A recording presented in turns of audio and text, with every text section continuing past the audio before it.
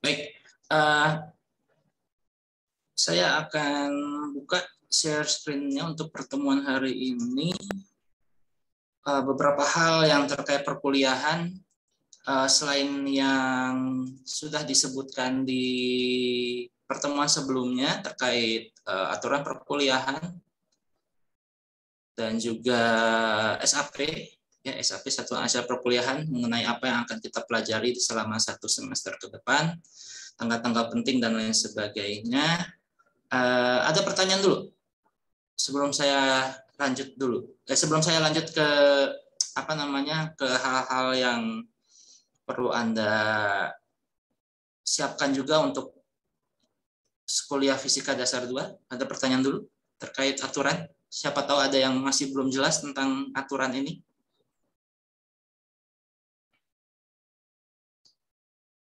Oke. Apakah ada yang masih ingin ditanyakan terkait dengan satuan acara perkuliahan? Ya, silakan. Ada pertanyaan?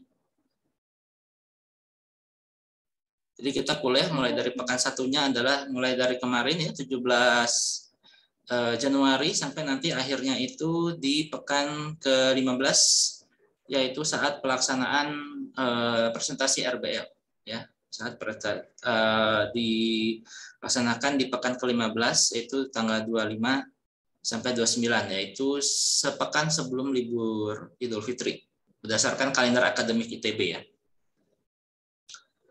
Kemudian tanggal-tanggal ujian itu nanti ujian 1 akan dilaksanakan pada pekan ke-8. Jadi di pekan ke-8 kita tidak akan ada ujian, tidak akan ada perkuliahan, tutorial maupun tugas-tugas karena Anda diminta untuk fokus untuk ujian 1 yang dilaksanakan pada hari Rabu 9 Maret 2022 pukul 9 sampai 12. Tapi ini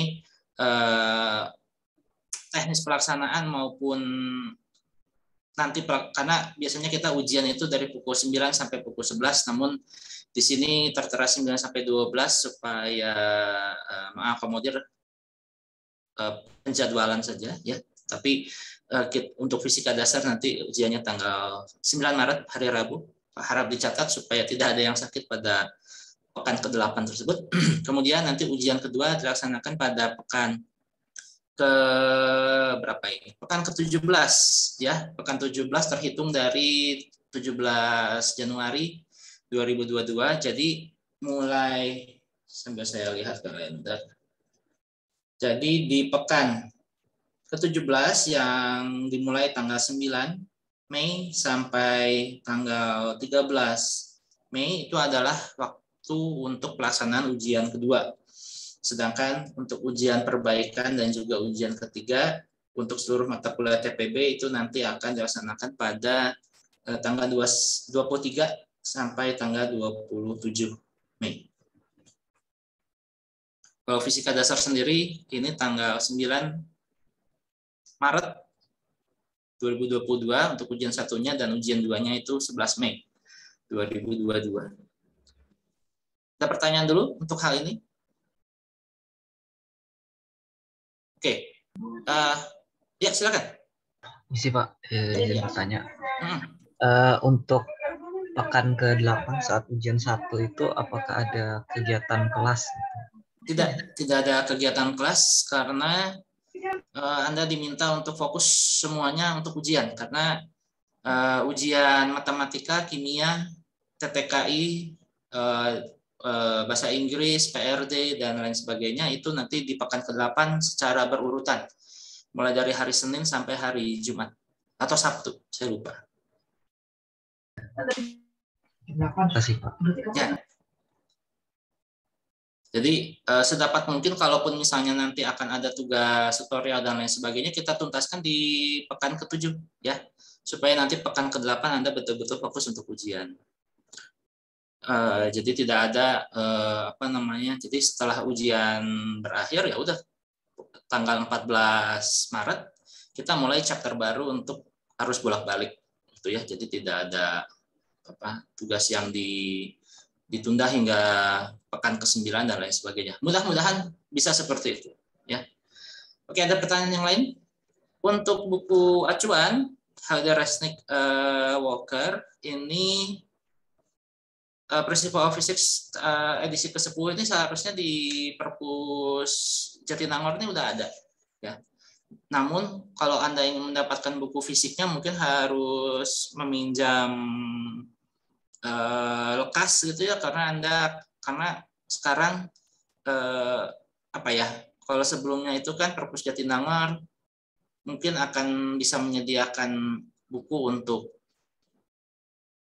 ini ya, kalau sebelumnya itu yang offline di Jatinangor itu kan kelas-kelas TPB Cirebon. Nah, sekarang ada teman-teman dari SCTHR, FTSL, dan juga STAY, begitu pula dengan 4 kelas dari ITB Cirebon yang TPB-nya masih di Jatinangor, sehingga kalau ingin mendapatkan buku fisiknya itu harus segera memesan ya, harus memesan untuk meminjam ya, bukan untuk. Tapi kalau misalnya Anda mau beli yang versi bahasa Indonesianya atau beli buku bahasa Inggrisnya juga silakan, namun saya tidak mewajibkan untuk beli ya. Prodi atau SAP kemarin itu mewajibkan Anda memiliki dalam arti bukan untuk dibeli gitu ya, untuk dibeli. Ya kalau mau beli Anda punya fasilitas untuk membeli buku ya silakan. Mudah-mudahan jadi buku referensi yang berguna bagi studi Anda saat ini maupun hingga nanti tingkat 4. Jadi bukan hanya sekedar buat alas tidur aja, jadi bantal gitu ya, tapi juga untuk ini referensi Anda untuk hal-hal yang berkaitan dengan fisika. Dan kalau tidak bisa mendapatkan itu maka Anda bisa mengakses perpustakaan ya. Perpustakaan ITB yang online itu sudah menyediakan kepada mahasiswa untuk mengakses buku Halder Resnick ya. Coba kalau saya sendiri perpus ITB bisa nggak ya? Kayak ini. Saya sendiri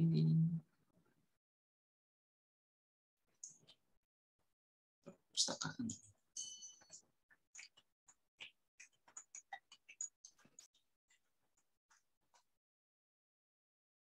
Nah, ini yang di digital library ya. Yang digital library nanti Anda cari ininya Halder Resnick di sini. Atau kalau misalnya ada, dulu sih ada, kalau nggak salah waktu sebentar ya, kalau saya ke Edunex yang kelas paralel semester 1 yang lalu itu, saya lupa apakah ada link untuk menuju ke buku acuannya atau tidak ya.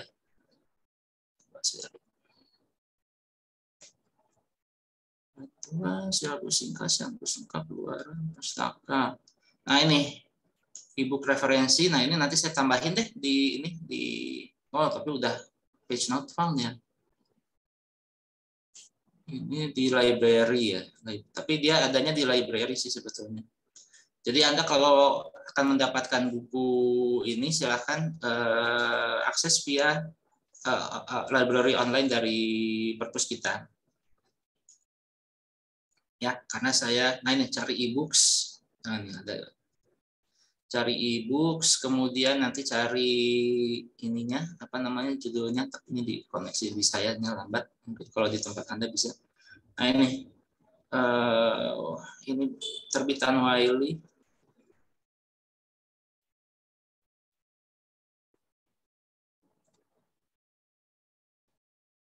Ya, ada ininya. Ada judul-judulnya. Nanti kalau misalnya Anda masih di lingkungan kampus, Anda bisa klik langsung di sini judulnya Fundamental of Physics, tapi ini judulnya agak banyak, saya malas nyarinya. Tapi setahu saya memang sudah disediakan untuk mahasiswa dan juga dosen untuk bisa menggunakan buku ini. Sedangkan kalau dari luar, ya misalnya dari rumah atau Anda menggunakan tethering dan lain sebagainya, Anda harus punya akses untuk OpenVPN yang disediakan oleh DSTI ya. oleh DSTI, nanti diberi petunjuk bagaimana untuk VPN dan lain sebagainya. Nah, ini ada petunjuknya untuk Open VPN bagi Anda yang akan mengakses buku Halida Resnick. Nah, seperti ini. Ada tuntunannya. Nah, nanti buku Halida Resnicknya bisa diambil dari sini, dari Wiley di perpustakaan. Tapi kalau untuk saat mengajar, saya akan pakai versi ininya, soft copy-nya yang tidak boleh disebarluaskan, ya, karena bukan versi resmi, tapi isinya sama sebetulnya. Jadi kadang-kadang untuk memperjelas sesuatu, Anda bertanya tentang hal-hal yang terkait definisi, maka kita mengacu definisinya dari buku ini. Dan kita akan mulai dari chapter 21 atau bab 21 yang terkait dengan hukum Coulomb yang menjelaskan tentang gaya listrik. Ya, jadi ini untuk pengenalan buku referensinya. Jadi jangan hanya dijadikan sebagai bantal aja, tapi gunakan dia untuk ya referensi untuk kuliah Anda maupun hal-hal yang berkaitan dengan fisika untuk studi-studi Anda yang lain. Oke, ada pertanyaan dulu? Nah, terkait dengan video pembelajaran ya yang materi wajib itu bisa Anda dapatkan di sini sebetulnya di channel YouTube Kuliah Fisika Dasar ITB.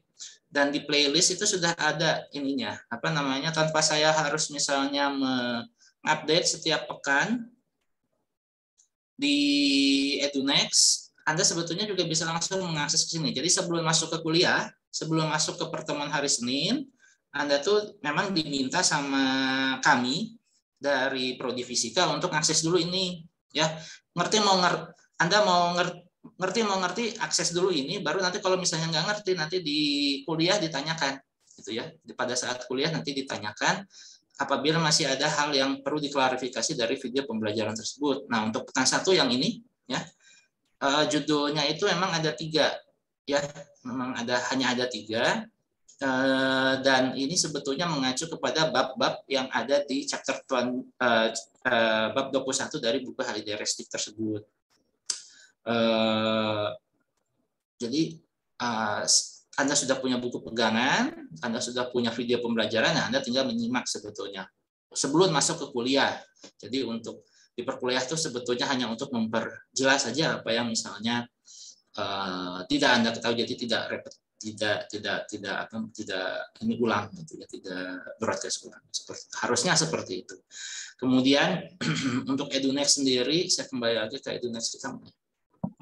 Nah, yang ini saya kelas paralel belum ada ya. Biasanya kita akan punya kelas paralel fisika dasar untuk misalnya ada pengumuman yang terkait dengan SAP, kemudian aturan perkuliahan, video, materi awal, dan juga pengumuman tentang ujian dan lain sebagainya itu harusnya ada di situ. Namun pada saat ini kelas paralelnya belum dibuat sehingga kita masih menggunakan kelas yang dibuat untuk kita sendiri, yaitu K38. Nah, di kelas K38 ini sudah disediakan ini ya, apa namanya, informasi umum tentang apa itu kuliah fisika dasar 2A.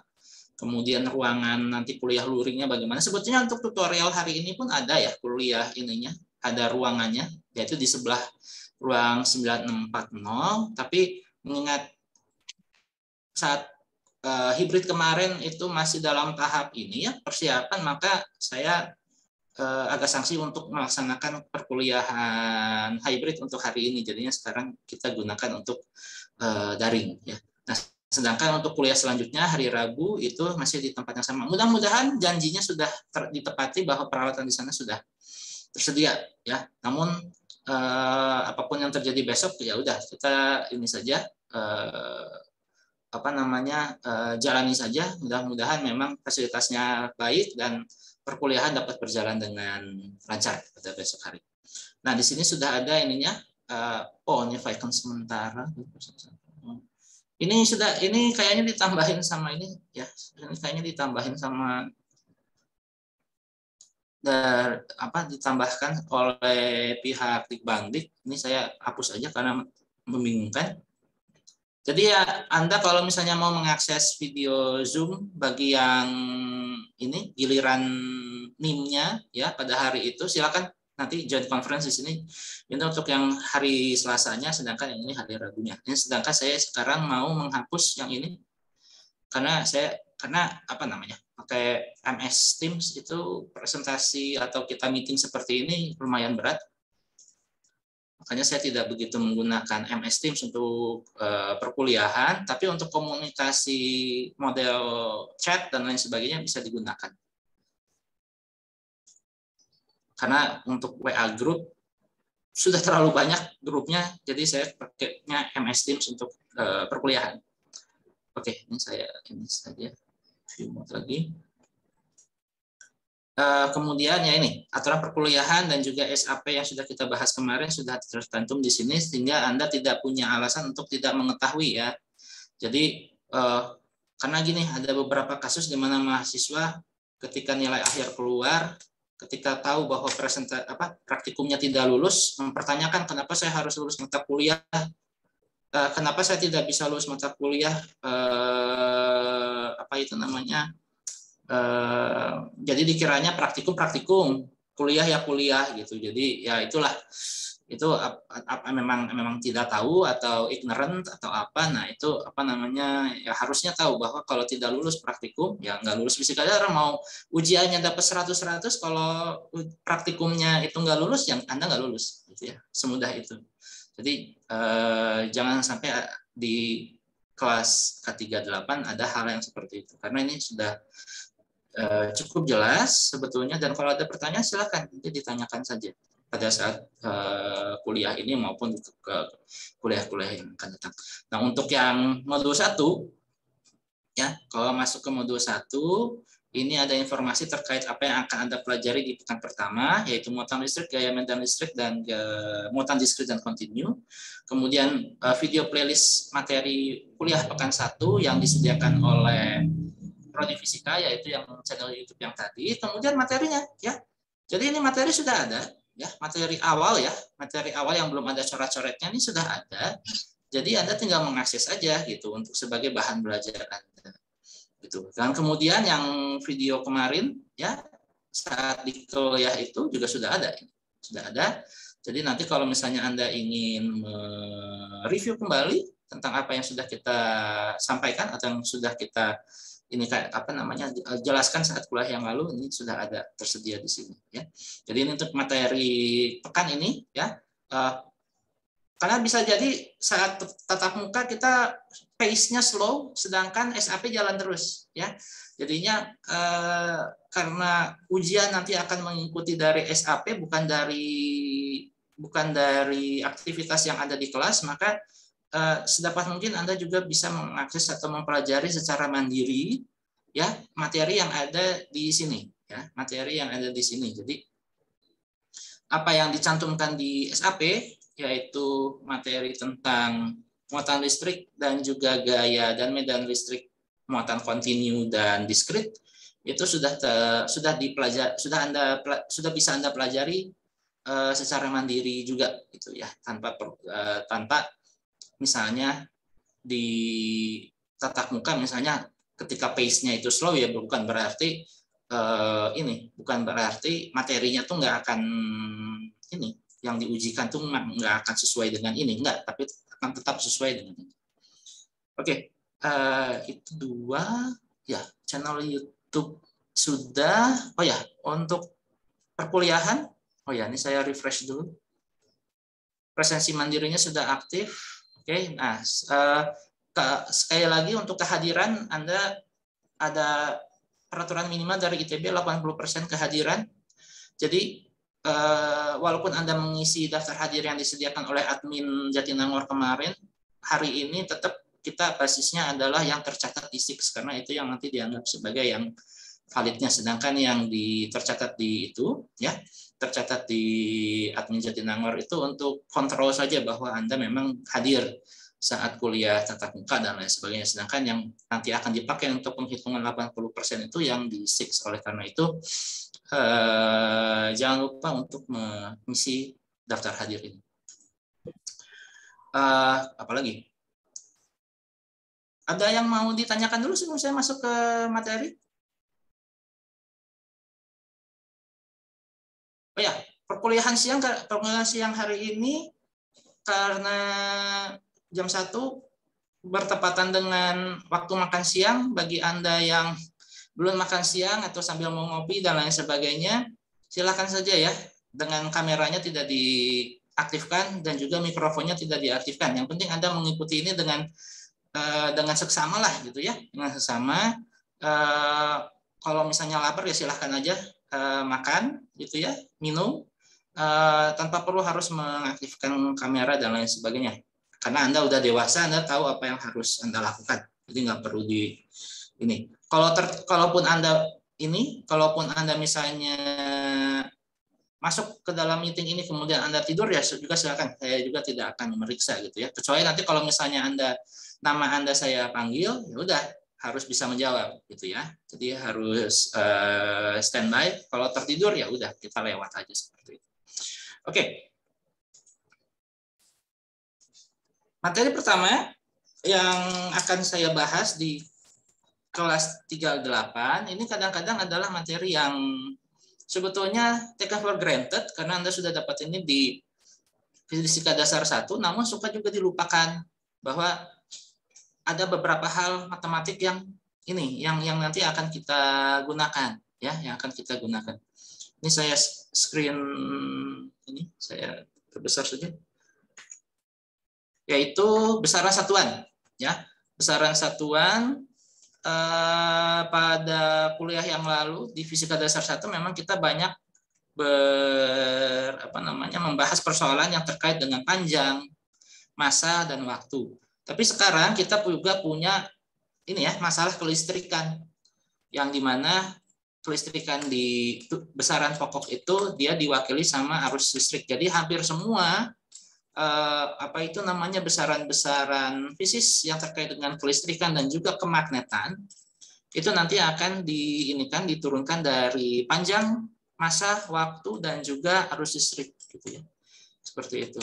Kemudian nanti kalau ada kaitannya antara kelistrikan, kemagnetan dengan temperatur, maka ada lagi temperatur gitu ya. Kemudian kayak yang berkaitan dengan intensitas nanti juga ada nanti disebut sebagai kandela dan lain sebagainya. Sedangkan jumlah zat, mol itu kadang masuk ke dalam 7 besaran pokok, tapi kadang juga di buku yang lain dia tidak masuk dan lain sebagainya. Nah, sehingga di sini contoh yang disebutkan di sini Newton ya, 1 Newton itu adalah massa dikalikan percepatan. Di mana itu yang sudah kita ketahui di fisika dasar 1 ya. Nah, namun nanti kita mempelajari gaya listrik dan gaya magnet, Newton juga satuannya gitu. Newton juga satuannya, tapi kontributornya bukan lagi berupa massa, tapi berupa arus ya, dan juga berupa muatan listrik gitu. Muatan listrik dan juga itu. Sehingga 1 Newton nanti itu tidak berkaitan lagi dengan kilogram meter per detik kuadrat, tapi nanti akan ada jenisnya yang lain, tapi satuan untuk gaya tetap 1 Newton. Tapi pendefinisian 1 Newton dari sebuah gaya yang timbul akibat muatan listrik ataupun arus ya yang menghasilkan medan magnet itu nanti satuannya tetap Newton, tapi kontributornya bukan lagi kilogram meter per detik kuadrat, tapi hal yang lain. Nah, yang perlu diperhatikan di sini di fisika dasar 2 kita akan banyak menggunakan vektor ya. Medan listrik vektor, medan magnet vektor, gaya magnet vektor, gaya listrik vektor. Namun ada beberapa juga yang kita akan menggunakan pendekatan skalar seperti misalnya arus listrik di dalam rangkaian arus searah maupun di bolak-balik itu pakai skalar ya. Jadi Anda harus bisa memilah mana persoalan yang memang harus diselesaikan secara vektor dan mana yang harus diselesaikan secara skalar. Ya, karena kalau di fisika dasar yang lalu, kadang ketika kita melihat persoalan tentang gerak, kalau geraknya itu masih satu arah ya kita itu walaupun dia di bidang miring ya, tapi arahnya itu kan dia sejajar dan kebanyakan dia itu kan gerakannya itu kalau nggak turun ke bawah atau ke atas gitu ya, itu kan masih satu dimensi. Nah, itu persoalan vektornya kadang tidak terlalu kentara di situ. Sedangkan nanti di elektrostatika itu penting sekali ya, penting sekali. Oleh karena itu Anda harus bisa membedakan bagaimana cara menjumlahkan sebuah besaran vektor dan menjumlahkan bagaimana besaran skalar. Kalau skalar ya 1 tambah 1 sama dengan 2, jelas. Tapi kalau vektor 1 tambah 1 tuh satu arahnya kemana gitu. Karena kalau 1 I topi ditambah 1 J topi, ya berarti totalnya bukan 2 gitu ya, seperti itu. Nanti bisa kita lihat ininya, contohnya. Nah, sedangkan ini untuk sebagai scaling, bahwa massa itu yang paling besar adalah sekian, yang paling kecil sekian. Yang paling panjang yang orang bisa observe, yang paling kecil itu adalah diameter proton, sedangkan yang paling besar dari eksperimen itu adalah panjang dari ujung-ujung alam semesta. Kemudian waktu terukur yang paling panjang itu adalah umur dari alam semesta, sedangkan waktu suatu fenomena yang bisa terukur itu adalah waktu yang dibutuhkan oleh cahaya untuk melintasi proton, seperti itu. Karena tadi ya, kita tahu diameternya, kemudian kecepatan cahaya juga kita tahu. Nah, ini nanti besaran kecepatan cahaya dan lain sebagainya nanti banyak kita gunakan di fisika dasar 2. Itu kita tahu bahwa kecepatan cahaya itu adalah konstan C, yang nilainya itu setara dengan 3 kali 10 pangkat 8 meter per detik. Nah, artinya waktu yang dibutuhkan oleh cahaya untuk melintasi proton itu besarnya adalah sekian, ya, 10 pangkat minus 23 second. Jadi sangat-sangat cepat, ya, seperti itu. Nah, satuan yang kita gunakan satuan internasional di teknik kimia, yang tentu saja digunakan di teknik pangan dan bioenergi, itu masih menggunakan imperial unit atau British unit untuk beberapa kasus, ya, terutama untuk hal-hal yang berkaitan dengan produksi atau industri yang berbasis dari perusahaan Amerika Serikat, mereka masih menggunakan British unit, sedangkan untuk perusahaan-perusahaan yang berbasis di Eropa seperti Nestle dan lain sebagainya, itu harusnya di pabrik-pabriknya sudah menggunakan sistem internasional. Nah, artinya kalau di fisika kita menggunakan aturan sistem internasional, jangan kaget kalau misalnya ada persoalan yang masih menggunakan imperial units, ya, imperial units atau US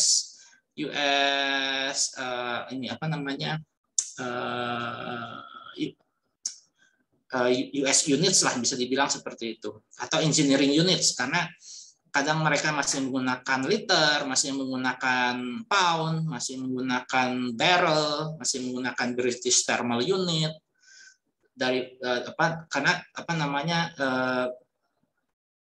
kadang kalau Anda masih ingat kuliah tentang termodinamika yang namanya usaha, kalor, dan energi dalam, itu satuannya menggunakan British Thermal Unit kalau misalnya, atau misalnya BTU, ya, BTU untuk beberapa buku, ya, untuk beberapa buku engineering.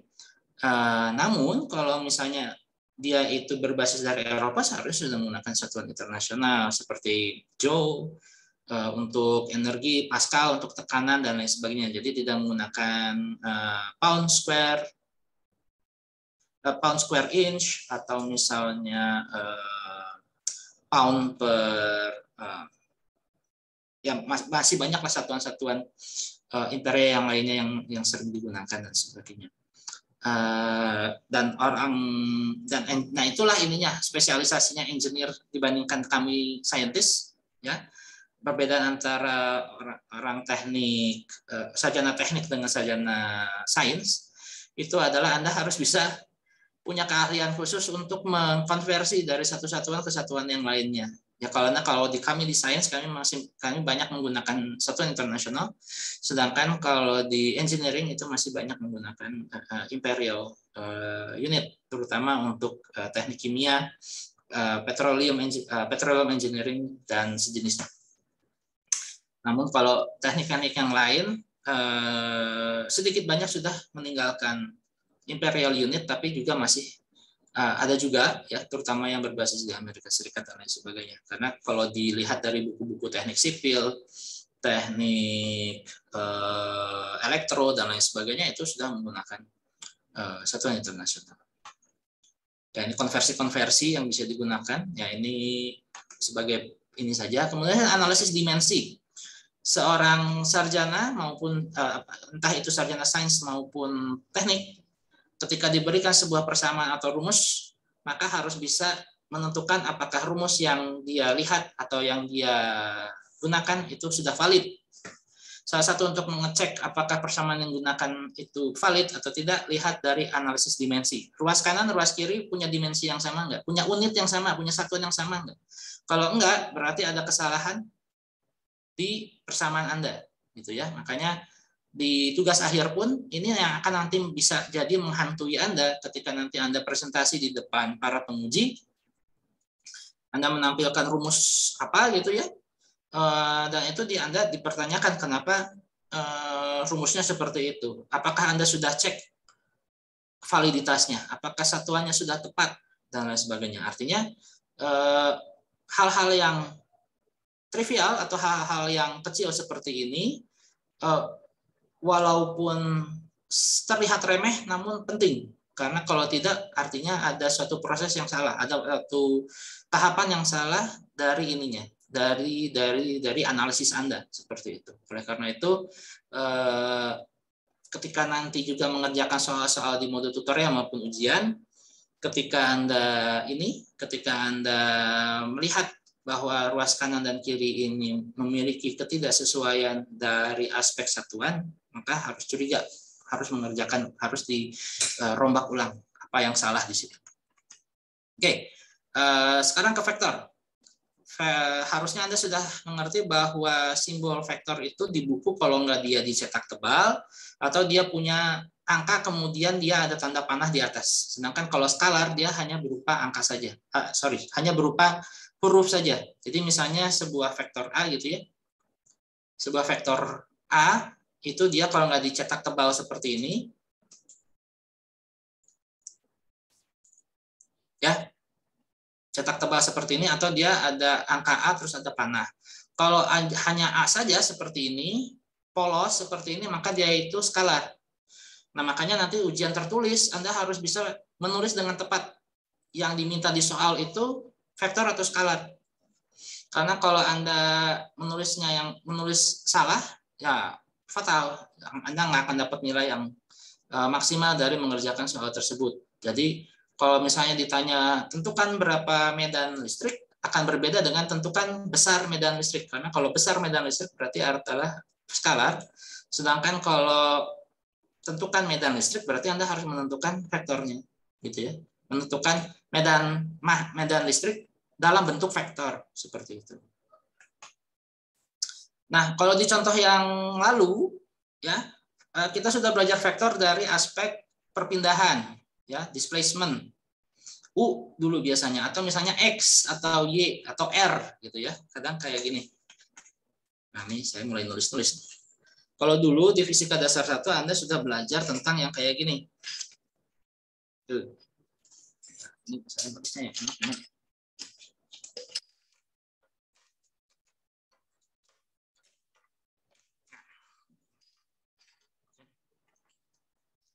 Kalau dulu di fisika dasar 1, Anda itu sudah mengenal ini kan, R perpindahan itu adalah sama dengan X itopi ditambah Y jtopi ditambah Z katopi. Artinya perpindahan ini adalah vektor perpindahan total yang menyatakan perpindahan dalam arah X, ya, dalam arah X dengan vektor satuannya adalah itopi. Kemudian Y dalam arah Y dan J ini adalah vektor satuannya dalam arah Y. Kemudian ini total perpindahan dalam arah sumbu Z dengan ini vektor satuannya. Jadi ini adalah ininya, ini adalah perpindahannya. Sedangkan kalau besar dari perpindahannya itu adalah sama dengan akar dari X kuadrat tambah Y kuadrat tambah Z kuadrat.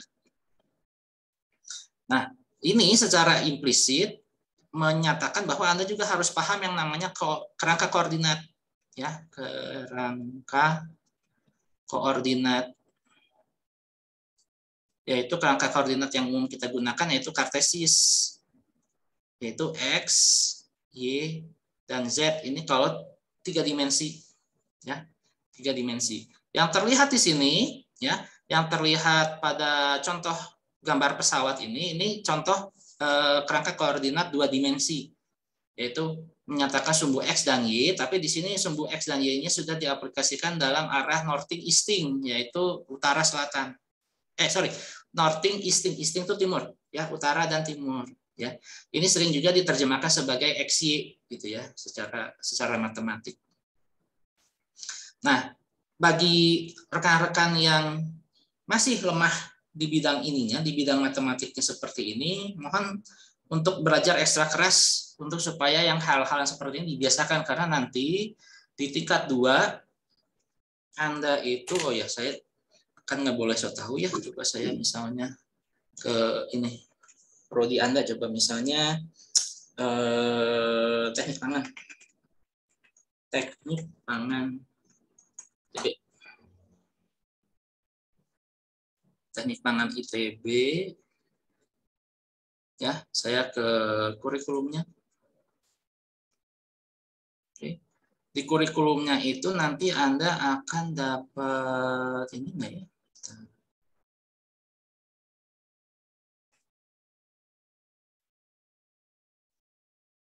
Matematik.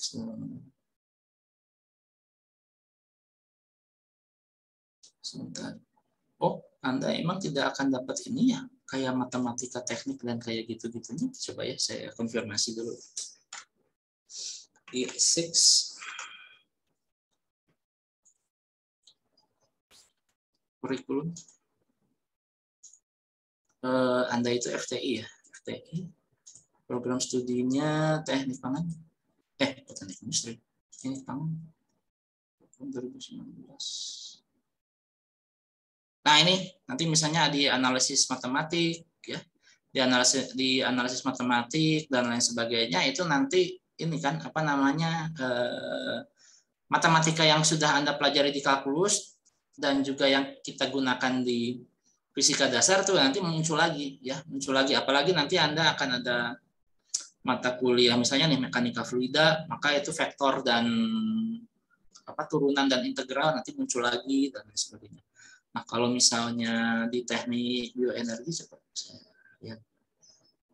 Oh ya, analisis matematik, ya, kemudian nanti ada ini metode pengukuran, ya, itu mekanika fluida. Nah, itu nanti muncul lagi tuh si matematika ininya lagi, apa namanya, vektor, skalar, kemudian kerangka koordinat dan lain sebagainya. Karena nanti penetapan kerangka koordinat itu untuk fluida itu kan ada yang fix di salah satu tempat pengamatan atau dia mengikuti aliran fluida.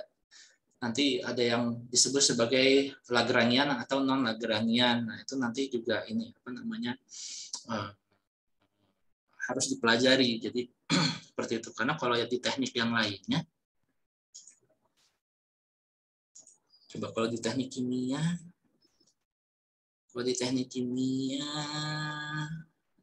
oh ya ada mekanika fluida ada, kemudian ada termodinamika, ada analisis matematik. Oh ya, karena Anda kebanyakan dari ini ya, apa namanya, mata kuliahnya banyak yang turunan dari teknik kimia.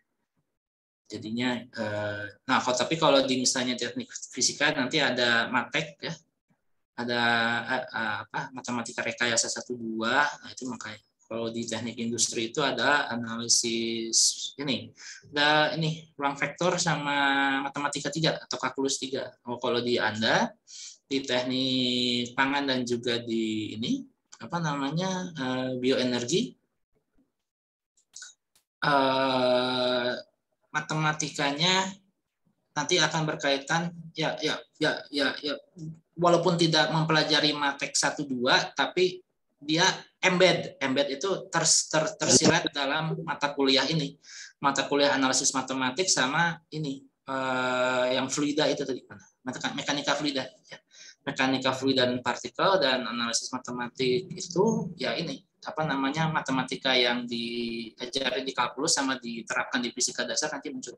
Oleh karena itu dari sekarang bagi Anda yang masih lemah matematikanya ya praktis terus ya. Entah itu praktis ya, saya harapkan karena Anda mahasiswa Anda praktis sendiri ya secara mandiri tanpa harus bimbingan belajar gitu ya, karena udah kalau mahasiswa mah harus bisa belajar mandiri atau jangan mengandalkan bimbingan belajar.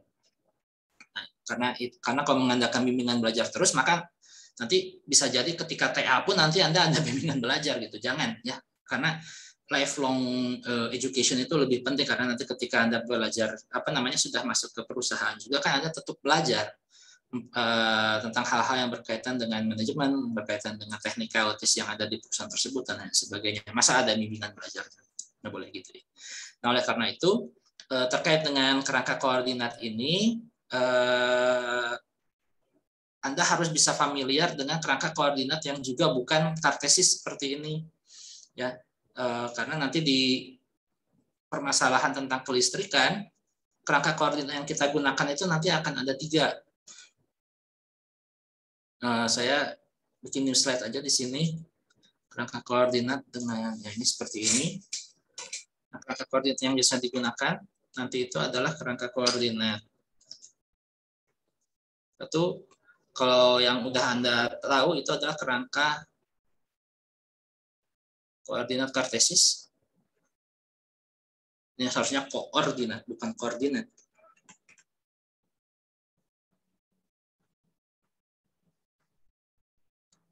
Nah, kalau ini yang Anda kenal, ada X, ada Y, ada Z.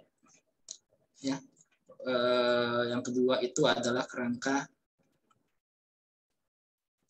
koordinat bola. Ya, bola ini berarti X, Y, Z-nya nanti diganti sama R, diganti sama sudut, diganti sama sudut. Ya, jadi ini adalah R ini adalah bisa kita sebut sebagai jari-jari yang berasal dari titik pusat koordinat. Theta itu adalah sudut azimutal dan ini sudut lintangnya atau sudut latitudenya. Kemudian yang ketiga itu adalah kerangka koordinat silinder. Yang ininya adalah R, jari-jari dari sumbu silinder, kemudian sudut azimut, dan satu lagi adalah Z. Ya. Ini kerangka koordinat yang akan kita banyak gunakan di fisika dasar 2. Ya. Karena tapi sebetulnya kalau direpresentasikan atau digambar, ini gambar saya jelek. Ya, kalau ini adalah kerangka koordinat X, Y, Z di 3 dimensi, ya. Maka kalau misalnya saya punya lokasi di sini titik A, ya, ini titik 0, ini adalah pusat dari koordinat, ya, pusat dari kerangka koordinat. Maka di sini kalau saya mau menyatakan posisi dari posisi dari titik A seperti ini. Ya, ini. Maka ini adalah posisinya, ya. Posisi ini, ya, R ini kalau di kerangka koordinat kartesis, R ini adalah sama dengan tadi XI ditambah YJ ditambah ZK topi, ya. Di mana dia ini kalau diurai nanti saya seperti ini. Jadi ini Z-nya, ini Z-nya.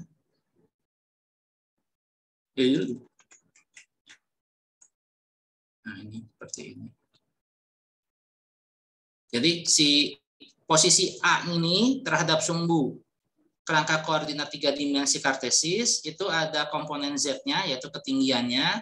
Kemudian ini adalah X-nya, posisi lateralnya, dan juga ini Y-nya, posisi horizontalnya. Nah, kalau di kerangka koordinat bola, maka hal yang sama. Ini saya inikan lagi. Bentar ya, saya copy paste saja ini. Oke. Kalau koordinat bola nanti vektor A, posisi vektor A itu tidak bisa dinyatakan dengan begini. Silakan.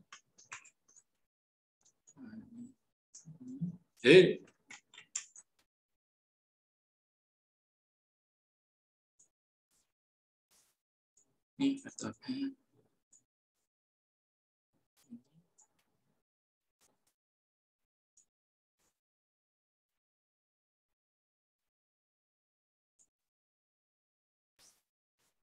Kalau dia itu kerangka koordinat bola, maka saya nanti menyatakannya seperti ini.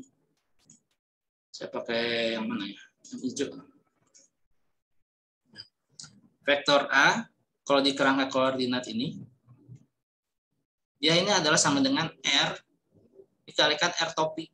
Nah, beda kan? Kalau R topi itu artinya adalah sebuah unit vektor dari R. Kayak gini. Ini adalah R, ya, seperti ini. Nah, lalu ini apa penentuan dari ininya, ya? Penentuan dari sudut theta dan ininya bagaimana? Nah, penentuannya seperti ini, seperti ini. Jadi sama seperti tadi ada proyeksi-proyeksi ini, ada proyeksi-proyeksi posisi, ya, dari sumbu x dan y. Tapi sekarang x dan y-nya ini tersirat di sini. Jadi R yang ini adalah besar dari vektor ini, ya. Jadi R yang tanpa tanda di sini ini adalah besar dari vektor R, di mana tadi sudah saya jelaskan bahwa besar dari R itu adalah sama dengan akar, ya, sama dengan akar dari x kuadrat ditambah y kuadrat ditambah z kuadrat. Jadi sebetulnya yang Anda dapatkan dari sini masih berlaku sebetulnya, ya. Ini masih berlaku, ini sebetulnya masih berlaku, ya. Tapi hanya untuk menentukan R-nya saja, gitu ya. Ini jadi dari sini ke sininya ini Z, dari ini ke sini ini X, gitu ya. Dari sini ke sini ini Y. Namun sekarang kalau di kerangka koordinat bola dia itu ada ininya, ada sudut theta. Sudut theta itu adalah sudut yang ini. Ini sudut theta. Sedangkan yang ini adalah sudut phi. Ya. Ini adalah sudut phi. Jadi nanti untuk menyatakan R sebagai jadi untuk menyatakan posisi vektor A di kerangka koordinat bola, Anda hanya tinggal menyatakan berapa besarnya dan arahnya. Ya, arahnya ini R theta. R theta itu arahnya yang sejajar dengan R ini. Jadi arahnya ke sini. Ya, arahnya ini ke sini.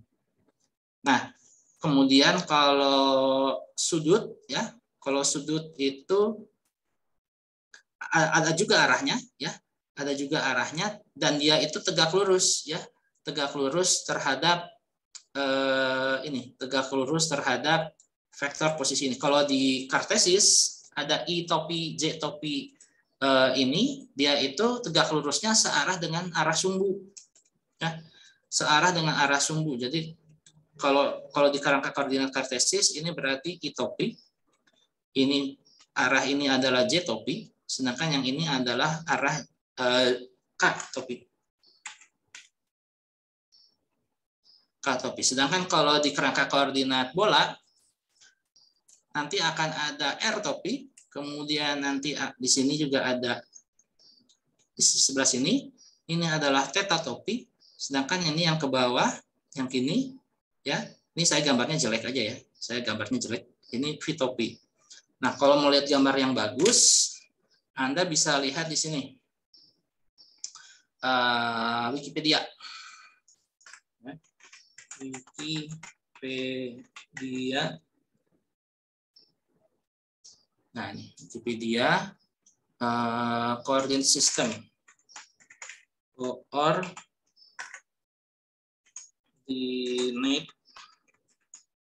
system. Ya. Coordinate system. Nah, ini saya tekan dulu, ya. Nah, Kalau Anda lihat di sini, ini sebetulnya banyak ya, ada koordinat sistem macam-macam di sini, ya. Ada kerangka koordinat sistem seperti ini. Nah, tapi yang sering digunakan ini adalah coba yang, nah ini, yang sering digunakan adalah polar koordinat, kartesis yang ini, ya. Kemudian ada lagi cylindrical and spherical. Nah, ini akan kita banyak gunakan. Nah, ini kalau lihat di mana di kuliah, di slide kuliah saya tadi yang saya gambar itu jelek gambarnya, maka harusnya Anda di sini dapatkan gambaran yang lebih baik tentang ini 3 dimensi itu seperti ini dan lain sebagainya. Untuk yang kerangka koordinat kartesis, sedangkan kalau ini adalah spherical itu adalah kerangka koordinat bola, ya. Jadi ini arah-arahnya seperti ini, kemudian nanti penentuan dari si vektor satuan, ya. Vektor satuan dari R, theta, dan topinya juga ada di sini. Begitu pula dengan yang cylindrical. Kalau yang cylindrical, jadi dia tuh mirip-mirip seperti perpaduan antara kartesis dengan bola. Tapi yang membedakan adalah wujud geometri dari kerangka koordinat silinder, itu nanti dia bentuknya berupa silinder. Kalau yang kerangka koordinat bola, itu nanti ininya bentuknya ini seperti penggambarannya itu ya berwujud bola. Kenapa seperti itu? Karena nanti di kuliah muatan listrik kita akan melihat bahwa beberapa partikel akan dimodelkan seperti sebuah bola, gitu ya. Kalau misalnya objeknya itu berupa kabel, ya sebuah silinder berupa batang panjang, maka dia dimodelkan sebagai sebuah silinder. Jadi kabel-kabel seperti, nah ini, kebetulan di saya ini ada kabel. Nah ini kalau Anda lihat ke kamera, yang saya tunjukkan ini kabel listrik ini, ya bentuknya silinder kan. Nah makanya nanti untuk menghitung berapa besar atau berapa medan listrik vektor yang dihasilkan oleh kabel itu, maka menggunakan kerangka koordinat silinder, bukan menggunakan kerangka koordinat bola. Kalau misalnya objek yang kita tinjau itu bentuknya berupa cangkang bola atau berupa benda-benda yang dimodelkan berbentuk sferis, ya, maka dia menggunakan kerangka koordinat spherical atau kerangka koordinat bola seperti ini. Makanya hal yang inilah yang kadang membuat fisika dasar 2 menjadi lebih sulit relatif terhadap fisika dasar 1, karena Anda sekarang diminta untuk bisa menggunakan kerangka koordinat yang berbeda, tidak hanya kartesis. Kalau dulu di fisika dasar 1 ketika Anda mempelajari bagaimana sebuah benda itu naik turun kanan kiri atas bawah, kerangka koordinatnya ya kartesis, ada X, Y, dan Z, karena itu yang paling mudah untuk diinikan. Namun X, Y, Z itu agak sulit apabila saat kita meninjau benda-benda yang kayak tadi bentuknya kabel, ya, bentuknya bola dan lain sebagainya. Oleh karena itu dia menggunakan kerangka koordinat yang berbeda. Oleh karena itu nanti penentuan vektornya juga berbeda. Dari sini juga kan sudah kelihatan. Untuk penentuan posisi saja, posisi ya vektor, besaran vektor posisi di 3 kerangka koordinat yang berbeda aja udah beda nanti representasinya seperti itu. Nah, selebihnya nanti yang berkaitan dengan operasi vektor seperti penjumlahan, kemudian pengurangan, hukum-hukumnya, komutatif, distributif, dan bukan distributif, komutatif dan juga asosiatif. Nah, itu juga nanti harus di-review ulang, ya, di-review ulang dan sebagainya. Pengurangan vektor, sebetulnya pengurangan vektor juga itu kan tidak ada. Yang ada itu adalah penjumlahan vektor di mana salah satu vektornya itu mengalami inverse gitu ya. Jadi kalau misalnya C itu adalah A ditambah B, jadi ini vektor C yang panahnya yang ke sini, ini vektor A, vektor B. Jadi kalau kita mau A itu kan berarti kan C dikurangi B gitu ya. Tapi sesungguhnya dia itu adalah C ditambah B, tapi B-nya itu diinverskan gitu, dikalikan -1. Akhirnya berbalik 180 derajat secara geometri. Makanya di sini Anda bisa lihat bahwa untuk mendapatkan A, itu artinya saya punya vektor C ditambah vektor B, tapi B-nya itu diinverskan. Nah, makanya nanti didapatkan seperti ini. Oke, ini kalau misalnya ada vektor B ditambah minus B, maka dia akan resultanya 0 dan lain sebagainya gitu ya. Dan ini juga cara-cara untuk mencari komponen ya. Kalau ada sebuah vektor A seperti ini, maka komponen X-nya itu adalah A dikalikan kosinus theta dan Y-nya itu adalah sama dengan A sinus theta. Artinya dari sini Anda juga harus paham yang namanya trigonometri ya. Apa yang berkaitan dengan kosinus, sinus, tangen, kotangen, kemudian satu apa itu kotangen, kemudian yang anti sinus dan anti kosinus saya lupa namanya. Tapi oh ya sekan dan kosekan ya betul, makasih. Sekan dan kosekan ya Anda juga harus harus review lagi tentang itu. Artinya yang berkaitan dengan trigonometri dan juga hal-hal yang bisa diurai. Ingat nggak diurai dulu waktu belajar superposisi? Anda kan belajar kosinus A ditambah kosinus B itu adalah sama dengan 2 kali kosinus AB bagi 2 ditambah sinus A min B bagi 2 gitu kan yang gitu. Nah yang gitu-gitu juga diingat kembali karena bisa jadi nanti digunakan gitu ya, karena nanti kita juga mempelajari prinsip superposisi. Nah ini juga ada pembahasan juga tentang apa itu unit vektor atau vektor satuan. Vektor satuan itu adalah sebuah vektor yang khusus menjelaskan tentang arah dari si komponen vektor tersebut. Jadi maksudnya adalah I topi J topi itu yang menyatakan arah ya, menyatakan arah dari dari AX ini misalnya, atau misalnya dari si ini ya, dari contoh yang tadi saya buat ini R sama dengan XI topi itu artinya vektor komponen sumbu X dia besarnya adalah X dan arahnya adalah I topi seperti itu. Begitu pula ini untuk yang arah sumbu Y ini adalah arah sumbu Z. Jadi ketika ketiganya digabungkan dia membentuk sebuah vektor total yang menyatakan perpindahan atau posisi dari titik A tersebut. Nah, itu untuk yang ini, itu untuk yang mana? Unit vektor ya. Ini untuk kerangka koordinat 3 dimensi kartesis. Ada IJK, tapi ini IJK-nya agak berbeda dengan apa yang saya tulis di sebelumnya. Karena yang ditulis ini di sebelumnya karena dia ingin menjembatani apa yang Anda pelajari di SMA. Karena kalau di SMA itu selalu X-nya ke kanan, Y-nya ke atas. Padahal kalau Anda lihat di Wikipedia atau di buku-buku geometri atau buku matematika yang saya tulis di awal yang ini X, Y, Z seperti ini yang lebih umum ya, yang lebih umum digunakan. Namun kalau misalnya Anda lihat antara apa itu orientasi X, Y, Z gambar yang ini dengan gambar yang ini sebetulnya sama. Dia hanya di-rotate aja, dirotasi aja gitu. Ya, hanya dirotasi saja. Nah, kalau rotasinya itu konsisten, maka harusnya tidak ada masalah. Yang akan jadi masalah itu kalau misalnya setelah dirotasi ternyata ada sumbunya yang terbalik. Nah, itu yang akan berbahaya seperti itu. Nah, itu yang harus yang harus diwanti-wanti supaya tidak terjadi kesalahan nanti saat menentukan itu. Saat menentukan misalnya gaya dan lain sebagainya.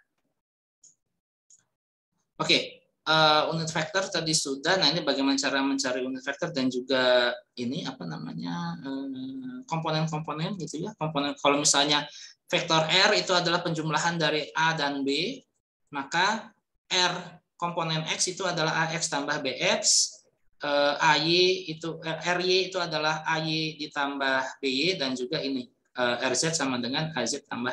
Maksud saya ini yang tadi saya sebut tadi 1 tambah 1 belum tentu sama dengan 2 gitu. Kalau skalar, kalau produk skalar, kalau penjumlahan skalar, ini saya review saja karena sering terjadi kesalahan kok. Sering terjadi kesalahan. Kalau produk skalar 1 tambah 1 sudah pasti 2. Tapi kalau penjumlahan vektor 1 itu apa? Gitu ya. Penjumlahan vektor. Harus jelas kalau A ini adalah sama dengan 1 ini, Oh ya, ini ada vektornya. Kemudian vektor B itu adalah sama dengan 1J topi, maka R sama dengan A ditambah B vektor, apakah sama dengan 2? Tidak, ini salah. Ya, ini salah. Yang betul itu adalah 1I ditambah 1J. Gitu ya. Jadi kalau yang sebelumnya penjumlahan skalar A sama dengan 1, B sama dengan 1, maka R sama dengan A ditambah B sama dengan ini kan, 1 tambah 1 sama dengan 2, jelas. Tapi kalau dia itu kuantitas vektor, nggak bisa kayak gini. Gitu. Nah, itu yang harus dicamkan betul-betul, karena nanti yang berkaitan dengan penjumlahan gaya listrik, penjumlahan medan listrik, ini nggak bisa seperti ini. Ya, tidak bisa seperti ini. Bentar, ini saya mana sih? Draw. Oh iya, eraser dulu. Nah, seperti ini. Nggak bisa seperti ini langsung sama dengan 2. Ya, jadi Anda harus betul-betul yakinkan dia itu vektor medan listriknya itu punya arah kemana, baru komponennya yang nanti akan disatukan. Nah, baru nanti dari bahkan di sini kalau ingin kita cari berapa R-nya, berapa ini kan? Ini kalau ini kartesis ya, ini kan kartesis ya. Kartesis. Nah, kalau misalnya saya mau cari dia dalam koordinat polar ya, koordinat polar itu yang seperti ini. X, Y, dia itu didefinisikan sama R ya, R sama theta ya, ini titiknya di sini. Saya kalau mau tahu ini berapa R, ini kan berarti sama dengan adalah 1 kuadrat ditambah 1 kuadrat kan, sama dengan akar 2 ya, akar 2. Nah, jadi R topi selain dia itu di kartesis adalah ini, maka di koordinat polar dia itu adalah sama dengan 2 R topi. Nah, ini untuk di koordinat polar. Ya. Koordinat polar. Koordinat polar itu apa? Koordinat polar itu adalah koordinat lingkaran dalam representasi 2 dimensi. Jadi kalau tadi kalau di 2 dimensi, koordinat pola kerangka koordinat yang sudah kita kenal itu adalah X dan Y. Ya, ini kartesis. Kartesis 2 dimensi. Yang satu lagi adalah koordinat polar. Ada XY juga masih ada, tapi di sini dia didefinisikan lebih lanjut dari ini R dengan ini theta. Nah, ini polar. Ya, di mana R-nya ini adalah sama dengan akar dari X tambah Y kuadrat gitu ya. Kayak gini. Kemudian theta-nya itu adalah sama dengan arcus tangen dari X dibagi Y. Sudut ini adalah ini apa namanya, arcus tangen dari X dan Y. Y-nya, X-nya tuh yang ini ya, ini X-nya, ini Y-nya yang ini. Seperti itu. Nah, berarti di fisika dasar 2 selain Anda belajar tentang koordinat 3 dimensi, juga 2 dimensi. Karena kadang-kadang ada beberapa hal yang mudah digunakan kerangka koordinat 2 dimensi. Nah, maksud saya di sini berkaitan dengan penjumlahan yang barusan adalah hati-hati dalam menjumlahkan. Kuantitas apa yang akan kita lihat? Kuantitas apa yang akan kita, memang dalam penerapannya nanti di teknik kimia atau di alat-alat yang berkaitan dengan teknik pangan dan bioenergi, ketika Anda itu mengukur sesuatu itu skalar, ya. Tapi sesungguhnya yang Anda pengukuran yang Anda lakukan secara skalar itu, fenomena yang terukur itu sebetulnya akumulasi dari banyak vektor, gitu ya. Terdiri dari banyak vektor. Nah, ketika menjumlahkan ini antara vektor satu dengan vektor yang lainnya, maka itu Anda harus sebentar, ada chat, ada pertanyaan, silakan. Pak, itu kalau yang theta itu arcus tangen Y per X atau X per Y? Oh, kita ini aja. Ingat saya Y per X kalau semester kemarin. Y per X ya? Atau saya salah? Coba kalau tangen itu tangent.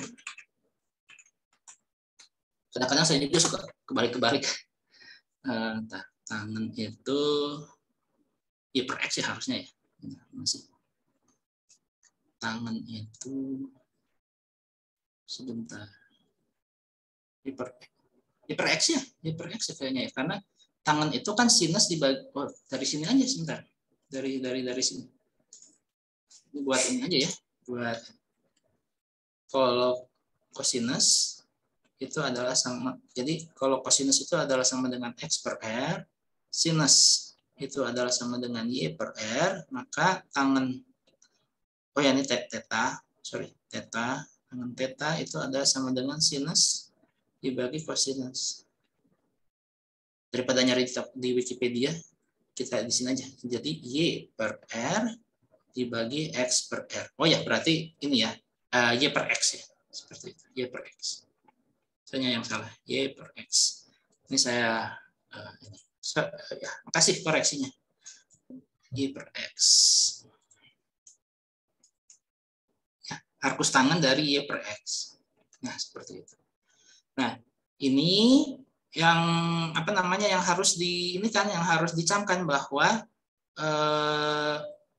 apa itu tadi penjumlahan vektor tidak bisa langsung semudah 1 tambah 1. Ketika nanti kita berurusan dengan alat-alat pengukur, itu sebetulnya yang kita ukur itu adalah besarnya dari fenomena vektor yang kita tinjau, kadang-kadang seperti itu. Oleh karena makanya kita suka lupa bahwa yang variabel yang kita lihat itu sesungguhnya vektor, tapi kita anggap sebagai skalar. Seperti itu. Oke. Kita lanjut. Unit vektor saya kira sudah. Perkalian vektor itu tidak semudah 1 kali 1 sama dengan 2. Kita harus lihat per komponen. Bahkan ada perkalian yang akan menghasilkan vektor, ada yang akan tetap menghasilkan vektor, ada yang justru mengubah dia menjadi skalar. Misalnya perkalian titik seperti ini, ya. Kalau misalnya ada vektor A, vektor B seperti ini, dan A dan B itu dipisahkan, arahnya itu berbeda sejumlah theta derajat, ya, theta radian, maka nanti hasilnya itu justru akan menghasilkan produk yang skalar seperti itu. Sedangkan kalau yang perkalian silang justru akan menghasilkan sebuah vektor baru yang tegak lurus terhadap B dan A seperti itu. Nah, itulah yang nanti akan menjadi pembeda. Nah, sesungguhnya perkalian vektor itu sendiri nggak hanya perkalian titik dan silang, ada juga perkalian yang ada juga perkalian yang jenisnya seperti ini. Tapi mungkin kalau di fisika dasar 2 ini jarang sekali digunakan, tapi sehingga dia tidak diajarkan. Tapi dia sesungguhnya ada gitu ya. Ini saya sebentar. Ini new slide. Ya kalau tadi perkalian titik ya. Jadi misalnya C vektor itu adalah sama dengan A. Sorry. Nah, tadi ada vektor A. Oh ini generating IDs. Tadi ada vektor A dikalikan dengan vektor B secara titik, nanti akan menghasilkan skalar, gitu ya, C. Kemudian nanti ada vektor A dikali silang dengan vektor B, nanti dia akan dapat vektor B. Tapi ada juga yang seperti ini, vektor A dikalikan vektor B. Nah, ini nanti akan menghasilkan produk berupa tensor namanya. Nah, nanti saya cek lagi di teknik kimia atau teknik pangan terkait ini, coba koordinat sistem. Di mana sih ininya? Oh ini ini di GitLab, daftar pertemuan. Mana ya? Tunggu pakai yang ini aja lah. Kurikulum, FTI, teknik pangan. Ada mekanika bahan. Kalau nggak ada berarti untung Anda nggak belajar itu. Kalau ada harus belajar mekanika bahan. Oh, tapi di mekanika fluida nih. Di mekanika fluida nanti akan Anda pelajari yang disebut sebagai tensor. Ada variabel aliran fluida tertentu yang dia itu besarannya itu berupa tensor. Tensor itu artinya adalah sebuah sebuah kuantitas yang selain memiliki arah dan besar, dia juga punya orientasi. Nah, itulah yang nanti akan dihasilkan dari perkalian silang, dari perkalian vektor yang bentuknya kayak gini, yang ketiga ini. Ini memang jarang sekali dibahas, namun dia nyata, dia ada gitu di pembahasan tentang fluida maupun tentang mekanika bahan. Ini perkalian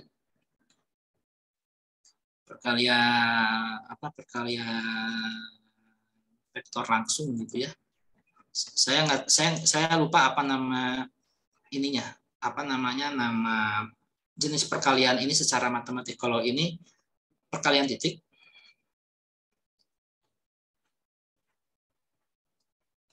ini adalah perkalian silang. Perkalian silang.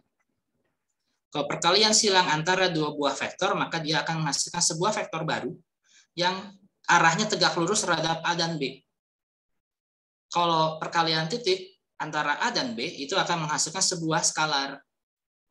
Kalau misalnya A dengan B dikalikan begitu saja, maka dia akan menghasilkan sebuah tensor. Ini hasilnya, produknya ini berupa tensor. Tensor itu adalah kuantitas fisis atau variabel fisis yang memiliki arah, besar, dan orientasi. Ya, orientasi. Nah, artinya di sini nanti Anda akan pelajari bahwa misalnya tensor E itu nanti akan punya orientasi XX. Ya. Kalau dia itu tensor, maka dia punya orientasi XX. Ini deh, supaya gampang, dia nanti akan punya komponen E XX, ada komponen E XY, ada komponen E XZ, ada komponen E YX, ada komponen E YY, ada komponen E YZ, ada komponen E ZX, ada komponen E ZY, ada komponen ZZ. Ya, jadi lebih ini lagi, dia punya arah, punya komponen, ya, dia punya arah, punya besar, dan juga orientasi seperti itu. Nanti ini lebih ribet seperti itu. Makanya ini jarang diperlihatkan. Namun sebagai pengetahuan dasar aja, bahwa perkalian vektor sendiri itu tidak hanya titik dan silang, tapi juga ada perkalian yang seperti ini yang menghasilkan tensor. Oke. Nah, ini ilustrasi untuk perkalian silang, ya, perkalian silang. Ini yang gampangnya seperti ini. Tapi kalau yang perkalian titik, ya mudahnya seperti ini. Kalau misalnya, nah, yang menarik itu adalah perkalian silang. Kalau misalnya itu vektor A dan vektor B itu saling tegak lurus, artinya sudut di antara keduanya itu 90 derajat, maka 0, ya. Hasil perkalian silang antara A dan B itu akan 0 kalau misalnya tetanya itu 90 derajat, artinya antara A dan B itu saling tegak lurus. Tapi kalau A dan B itu saling sejajar dalam arah yang sama, ya, dalam arah yang sama, maka dia maksimum, ya. Dia nanti akan maksimum, jadi kosinus tetanya sama dengan 1, sehingga perkaliannya nanti menjadi perkalian besar A dengan besar B, seperti itu. Oke, kita sudah dan kemudian juga ada lagi ini, apa namanya, kalau perkalian silang, ya, kalau perkalian silang A cross B seperti ini, untuk mencari C-nya, ya, untuk mencari resultannya itu rumit seperti ini yang C-nya ini kan totalnya, ya, hasilnya, ya. Jadi ada komponen I, J, K dengan apa namanya, besarnya ini adalah dari sini, ya, dari perkalian dan pengurangan ini. Tapi nanti juga ada arah AB itu akan menghasilkan arah yang ke atas, ke bawah, ke kanan, ke kiri, dan lain sebagainya gitu, ya. Oleh karena itu dia menggunakan prinsip ini, tangan kanan, ya, menggunakan prinsip tangan kanan. Jadi kalau misalnya A, B-nya itu direpresentasikan oleh jempol dan telunjuk, maka vektor resultannya, hasil perkalian silang antara A dan B itu akan mengarah tegak lurus terhadap telapak, gitu ya, menghasilkan tegak lurus terhadap telapak tangan kita menggunakan aturan tangan kanan. Nah, kemudian sifat dari perkalian silang tidak komutatif, ya. Perkalian silang tidak komutatif artinya vektor B cross A akan beda dengan A cross B, gitu ya. Baru dia akan betul kalau misalnya ada tanda negatif seperti ini. Ini dari mana membuktikannya? Ini secara matematis. Saya nggak bisa menjelaskan lebih lanjut karena kalau di fisika kita tinggal menggunakan saja ini. Kalau di matematik Anda harus bisa membuktikan bahwa vektor A, B-nya ini apa bilangan real kah, bilangan bulat atau yang lain sebagainya. Itu kita serahkan saja ke matematik, sedangkan kita pakai saja ini. Tapi yang pasti adalah A cross B itu tidak sama dengan B cross A, ya. Jadi dia tidak memenuhi prinsip komutatif. Tapi kalau di perkalian titik dia bisa. Jadi A titik B, ya, A. Jadi vektor A titik vektor B itu masih bisa sama dengan vektor B dikali vektor A, gitu ya. Jadi masih berlaku hukum komutatif. Oke, yang terakhir ya terkait dengan matematik yaitu turunan dan integral. Ya, turunan dan integral ini cukup banyak ya karena melibatkan apa yang sudah Anda pelajari di fisika dasar kalkulus 1 atau matematika dasar 1 dan juga yang kedua ya karena nanti ada beberapa contoh menghitung medan listrik dari benda-benda yang dimensinya itu adalah 2 dimensi, 3 dimensi. Artinya kita akan menambah variabel yang akan kita lihat. Tidak lagi X saja kalau di fisika dasar, kalau di mana ini? Kalau di kalkulus 1 ya, Anda akan berkaitan dengan misalnya Y sama dengan integral dx gitu ya. Dengan ini misalnya dengan ini misalnya batasnya ini dari A sampai B gitu ya. Ini kan yang Anda pelajari di sana. Tapi di sini kalau di kalkulus 2 sedikit banyak Anda nanti akan mempelajari tentang misalnya bahwa suatu variabel A gitu ya, itu adalah hasil dari integral lipat 2 dari dx dy misalnya. Karena berkaitan dengan bentuk geometri yang 2 dimensi. Kalau bentuk geometrinya itu 3 dimensi, maka dx, dy, dz. Ya. Nah, begitu pula dengan turunan. Kalau turunan yang lalu itu kan ini kan seperti kalau yang lalu itu kan kalau di kalkulus 1 kan sedikit banyak tentang seperti ini kan misalnya dy dx gitu ya. Dy dx seperti ini adalah sama dengan turunan gitu kan ya, kayak gini kan. Tapi kalau misalnya di ini kalkulus 2 ini berkaitan dengan misalnya turunan parsial. dA itu adalah sama dengan turunan parsial dA ini di do x dx ditambah do a do y dx seperti itu. dy seperti ini. Nah, ini kan yang membedakan antara kalkulus 1 dengan kalkulus 2. Kalau kalkulus 1 variabelnya itu hanya X saja, ya. Sedangkan kalau di kalkulus 2 Anda harus bisa menghitung bagaimana kalau misalnya variabelnya itu ada 2 atau lebih gitu ya. Nah, pembahasan tentang ini tentu saja nggak bisa dijelaskan dari satu kuliah review saja ya. Ini makanya ada kalkulus 1 dengan fisika dasar 1, kalkulus 2 dengan fisika dasar 2 itu supaya saling beriringan gitu ya, saling beriringan apa yang dipelajari di sana bisa diterapkan langsung di sini gitu. Jadi supaya level matematika yang Anda dapatkan juga sesuai pada saat nanti digunakan untuk persoalan fisikanya.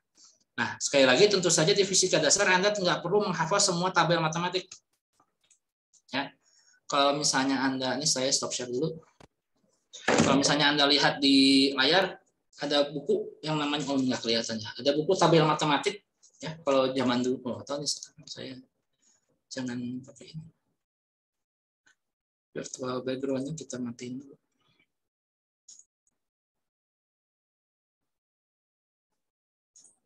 Kalau Anda lihat ada buku ini, tabel matematika, ya, yang ditulis sama Murray Spiegel, atau ada lagi kalau misalnya di teknik kimia itu ada Handbook of Chemical Engineering, ya, atau Chemical Engineering Handbook.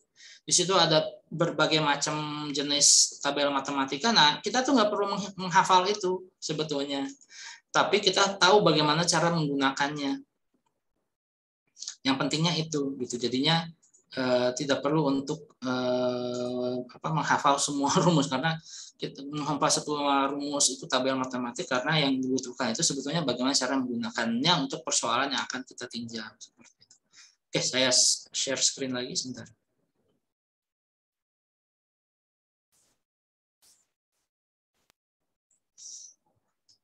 Oke, nah sehingga dari sini bisa kita lihat bahwa untuk fisika dasar 2, maka kebutuhan matematiknya ini cukup tinggi, ya, cukup tinggi, di mana Anda harus mengingat kembali apa yang sudah Anda pelajari di kalkulus 1, kalkulus 1 dan yang sedang Anda pelajari di kalkulus 2, kemudian hal-hal yang terkait dengan geometri, ya, baik itu ya itu kayak geometri, artinya Anda sedikit banyak ingat tentang misalnya volume bola, volume silinder, volume kubus, luas permukaan bola, luas permukaan kulit silinder, dan yang kayak gitu-gitu. Dan juga yang terkait dengan ini tadi, trigonometri, vektor, besar vektor, perkalian titik, perkalian silang dari vektor, dan lain sebagainya. Dan terutama adalah besaran dan satuan, ya, besaran dan satuan, karena nanti kita akan banyak mengikutsertakan besaran yang baru yang terkait dengan arus listrik, ya, atau kelistrikan. Sekalipun nanti akan banyak juga besaran-besaran yang sudah kita ketahui saat fisika dasar 1 muncul lagi di sini. Tapi dia wujudnya berasal dari yang berbeda kontributornya, bukan lagi dari FMA, ya, tapi nanti F-nya itu nanti beda lagi ininya. Tapi satuan dari gaya itu tetap Newton, seperti itu. Oke, untuk besaran dan satuan review matematik, ada pertanyaan dulu, silakan. Partisipannya dari 69 cuma 61 ya. 8 orang lagi kemana ya? Ada yang ini Pak keluar. Mundur diri tapi nggak bilang. Ada yang pindah juga Pak mungkin. Pindah teh maksudnya nggak di ITB lagi gitu? Ya dari semester 1. Oh gitu pantasan. Jadi total resminya kalian itu ada berapa? 61, 62, 65? 62 kalau sekitar 62-an. Oh, berarti kalau 62-an berarti ada 2-3 orang rekan Anda yang nggak masuk hari ini, mudah-mudahan nanti di ya. Pas saya memberikan informasi, tadi ya, ada yang konfirmasi kalau misalkan ada teman saya yang nggak bisa hadir gara-gara ada halangan di rumahnya gitu Pak. Oh ya, baik. Mudah-mudahan nanti ini ya. Nah, yang kayak gitu-gitu, kalau memang tidak bisa melampirkan surat keterangan dari orang tuanya, nanti dianggapnya yang nggak hadir. Ya nggak masalah sih sebetulnya, Anda kan punya jatah 20% itu ya, nggak tercatat gitu. Jadi no problem gitu ya. Jadi asal Anda ini memang menggunakan itu untuk yang nggak aneh-aneh seperti itu. Tapi kalau misalnya memang tidak bisa karena ada gangguan teknis, ada memang sakit, atau misalnya ada ya kerusakan di komputer dan lain sebagainya, nah itu harus dikasih tahu aja bahwa ada trouble seperti itu. Nah makanya ITB mungkin dengan alasan seperti itu mengajak mahasiswa yang di Jatinangor itu untuk segera ke Jatinangor supaya kalau ada perkuliahan dan lain sebagainya ya bisa hadir gitu. Kalau di rumah kan ya ada kendala teknis dan lain sebagainya gitu yang mungkin kita nggak bisa tahu. Seperti itu. Oke, ada pertanyaan dulu yang terkait dengan materi review matematiknya.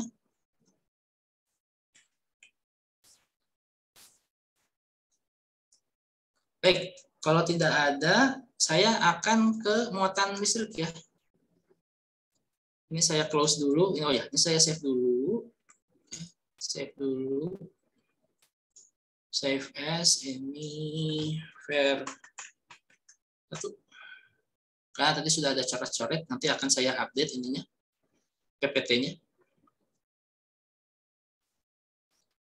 Yang ada di EduNext, nanti yang ada coret-coretannya nanti saya masukin juga di situ. Tapi sekarang saya mau membahas tentang yang materi inti, yaitu ini, muatan listrik. Ya. Muatan listrik itu adalah partikel elementer yang nanti akan berkontribusi terhadap persoalan listrik yang kita jumpai, baik itu listrik yang mengalir maupun listrik yang statis. Nah, jadi di fisika dasar 2A kita akan belajar dari hal yang ini dulu, yang sederhana dulu, yaitu yang statis-statis dulu. Yang statis-statis ini artinya dia itu medan kondisi dari muatan listriknya itu dalam kondisi yang tidak bergerak, tidak ngalir, tidak seperti arus listrik yang mengalir di rumah, misalnya jaringan PLN, atau arus listrik yang mengalir saat ini di gadget Anda. Kan sekarang Anda sedang melihat kuliah ini dari gadget, ya, dari gadget. Nah, itu kan berarti si baterai HP Anda itu sedang memberikan sumber arus listrik ke komponen-komponen kan, dari display, dari touch dan lain sebagainya. Nah, itu yang dinamik. Kalau misalnya berkaitan dengan petir, itu juga salah satu jenis listrik dinamis. Yang berkaitan dengan misalnya arus di dalam perut bumi, itu juga arus listrik dinamis. Tapi kalau yang berkaitan dengan arus listrik statis, ya berkaitan dengan ini, misalnya antara ini. Misalnya ini yang paling sederhana, yang paling sering sekali kita lihat di buku-buku IPA, ya, di SMP maupun di fisika SMA. Ya, ini misalnya ada sebuah gelas didekatkan dengan gelas yang lainnya, dia itu tidak terjadi apa-apa gitu ya. Bahkan kalau didekatkan itu dia nggak nempel gitu ya. Sedangkan kalau misalnya gelas dengan plastik, dia bisa nempel gitu ya, bisa nempel. Apa yang terjadi gitu? Itu terjadi akibat adanya perbedaan muatan antara batang tubuh dari gelas dengan batang tubuh dari plastik. Karena Anda orang teknik kimia pasti tahu gelas ini kan terbuat misalnya dari apa? Dari kalsit gitu ya. Kalsit itu misalnya apa ya? Nama kimianya saya lupa ya. Bukan CaCO3, CaCO3 mah karbonat, tapi kalau kalsit itu apa ya? Oh, CaCO3 kan kalsium karbonat, tapi kalau misalnya ya sama plastik, kalau plastik itu kan ini ya polimer, dia itu kumpulan dari nitrogen, H, O, C dan lain sebagainya kan. Nah, kulit terluarnya itu ya, kulit terluarnya itu apa? Elektronkah, protonkah, bermuatan positif atau negatif kan? Nah, itu kan berdasarkan dari konfigurasi ininya kan, konfigurasi dari si benda padatnya itu. Antara gelas dengan plastik, elektron terluarnya itu berbeda gitu. Kalau yang satu justru menghasilkan elektron, kalau yang satu lagi justru bukan elektron, makanya dia bisa tarik menarik seperti itu. Begitu pula misalnya dengan ikatan ionik yang terjadi antara misalnya NaCl. Na itu sodium atau natrium dengan Cl, klorida. Na dalam bentuk ion dia kekurangan satu elektron, makanya Na+ kan. Wah, ini saya daripada monolog, bentar. Suka lupa. Kadang-kadang Anda harus ditulis. Kadang misalnya seperti ini. Fenomena elektrostatik yang terjadi kalau yang di buku IPA itu seperti ini, bahwa ada batang gelas dengan gelas saling tolak menolak, gelas dengan plastik saling tarik menarik. Tapi kalau dengan Anda tuh harusnya misalnya kayak gini, Na. Kalau Na dalam ini kalau dalam molekul atau dalam garam natrium itu ya. Kalau stabilnya itu saya lupa, dia tuh Na kalau Na itu bisa stabilnya tuh Na atau Na2 ya. Kalau Cl kan gas klorin itu kan Cl2 ya, stabilnya ya. Kalau Na ada yang ini enggak? Ada yang masih ingat enggak? Kondisi stabilnya Na sendiri atau gimana? Na+ bukan? itu ion. Itu ion. Tapi kalau dalam kondisi stabilnya gimana? Kayak hidrogen itu kan kondisi stabilnya H2. Tapi kalau dalam kondisi ionnya kan dia jadi H+ ya. Ini stabil. Molekul stabilnya kan H2. Tapi kalau ini ion. Nah, kalau Na itu apa? Ada yang ingat nggak? Na2 kah? Ayo kita teknik kimia. FTI, teknik pangan, teknik bioenergi, yang teknik kimia kan harus tahu nih. Yang kondisi stabilnya kalau Na itu apa. Tapi long story short begini, dalam suatu kejadian, Na yang tadinya stabil, dia bisa menjadi tidak stabil pada saat dia kekurangan elektron, gitu ya. Jadi dia membentuk Na+. Sedangkan Cl2, ya, gas klorin atau klorin, dia itu bisa menjadi tidak stabil, menjadi ion, menjadi Cl-.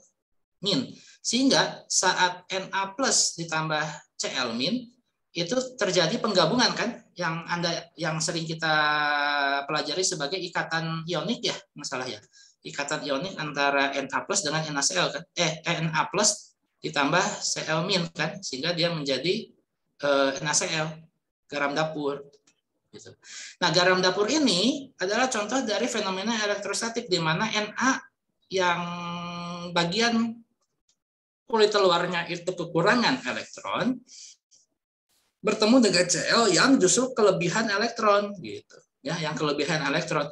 Makanya terjadilah fenomena ini tarik menarik ya antara Na dengan plus, dia tarik menarik gitu, jadi bersatu, seakan-akan bersatu seperti itu.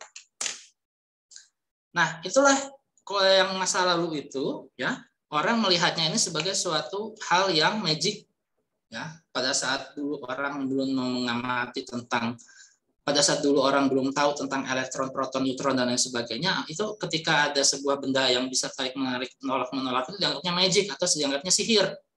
Gitu ya. Bahkan benda-benda yang lain, nggak cuma gelas dengan gelas, kadang juga karet dengan sesuatu ya gitu ya. Misalnya kalau contoh yang lainnya itu ada nggak? Nah, ini contoh yang lain, ini misalnya ebonit dengan rambut dan lain sebagainya. Nah, itu tuh ini apa namanya, menghasilkan kan dua benda yang berbeda kok bisa tarik menarik gitu. Nah, itu jadi magic waktu itu. Tapi setelah orang mengetahui bahwa setiap benda ya, setiap benda yang memiliki massa itu pasti terdiri ya dari elektron, proton, dan neutron. Nah, itulah yang menyebabkan kenapa kita bisa punya listrik, kenapa ada fenomena kelistrikan sebagai wujud yang keempat, gitu ya, sebagai wujud yang keempat setelah padatan, larutan, dan gas. Itu ada lagi yang namanya plasma. Plasma itu adalah gas yang memiliki muatan listrik. Nah, kenapa bisa ada muatan listrik? Karena setiap benda yang ada di bumi yang memiliki massa itu punya muatan. Punya muatan dari mana ya? Karena dia terdiri dari proton, neutron, dan elektron. Makanya dia bisa menghantarkan listrik. Bahkan tubuh kita sendiri ya, yang kalau kita dalam kondisi normal seperti ini kan netral ya. Itu kadang kita juga bisa sebagai sumber pengaliran listrik kalau misalnya kita memegang dua elektroda gitu ya. Atau misalnya ketika dipacu jantungnya dan lain sebagainya, itu karena di dalam tubuh kita sendiri itu ada proton, neutron, ya ada ion-ion lah istilahnya yang bisa menjadi jalan untuk mengalirkan listrik di dalam tubuh kita. Bahkan batu, tanah dan lain sebagainya itu juga bisa menjadi media penghantaran listrik. Nah, kondisi ini makanya tadi saya ilustrasinya NaCl gitu. Tadi karena beberapa bahan tertentu yang tadinya stabil, dia bisa jadi menjadi tidak stabil dengan berbagai mekanisme ya. Ada yang dia itu misalnya tumbukan sehingga elektronnya itu lepas. Ada juga dia dari gesekan gitu ya. Ada juga dia itu misalnya disetrum ya, dan lain sebagainya, sehingga dia itu, atau dia misalnya dipanasin ya, dipanaskan sehingga dia elektron terluar, atau didinginkan sehingga elektron terluarnya itu bisa nambah atau berkurang gitu ya. Nah, makanya nanti antara ion positif dan negatif dia bisa menjadi menyatu gitu. Padahal dia wujudnya beda, yang satu Na, yang satu Cl gitu ya. Ini juga sama antara yang gelas dengan yang plastik ya, batang gelas dan plastik tiba-tiba dia bisa tarik menarik ya, ini karena di batang gelas ya, di permukaan keluarnya itu lebih dominan kalau ini kan positif nih kalau di gambar yang ini. Artinya justru walaupun si gelas ini juga punya elektron di dalam ya, di dalam si gelas ini kan terdiri dari atom-atom gelas atau terdiri dari molekul-molekul penyusun gelas, tapi si elektronnya itu dia tidak di permukaan luar gitu, sehingga yang terekspos di bagian luarnya itu adalah yang positif. Sedangkan kalau plastik di bagian permukaan luarnya itu adalah justru si elektronnya, makanya dia bisa tarik menarik seperti ini. Nah, makanya inilah yang menjadi penyebab terjadinya fenomena kelistrikan, bahwa karena setiap benda yang ada di bumi atau di alam semesta ini yang memiliki massa, dia terdiri dari elektron, proton, dan neutron, maka mau tidak mau inilah yang menjadi penyebab kenapa muncul fenomena kelistrikan dan juga nanti fenomena kemagnetan. Nah, di sini bisa kita lihat bahwa kelistrikan suatu benda adalah bawaan alamiah dari struktur atom ya karena dia ini terdiri dari elektron, proton, dan neutron, maka mau nggak mau dia akan menghasilkan akumulasi muatan listrik pada dirinya seperti itu. Jadi itu adalah alamiah. Setiap benda yang bermassa, yang massanya ini terdiri dari proton, neutron, dan neutron, artinya dia punya muatan listrik gitu. Jadi seperti itu. Nah, yang menarik adalah yang memiliki muatan listrik dari proton, neutron, dan elektron itu hanya dua, yaitu elektron dan proton. Proton itu nilai muatannya itu adalah positif E.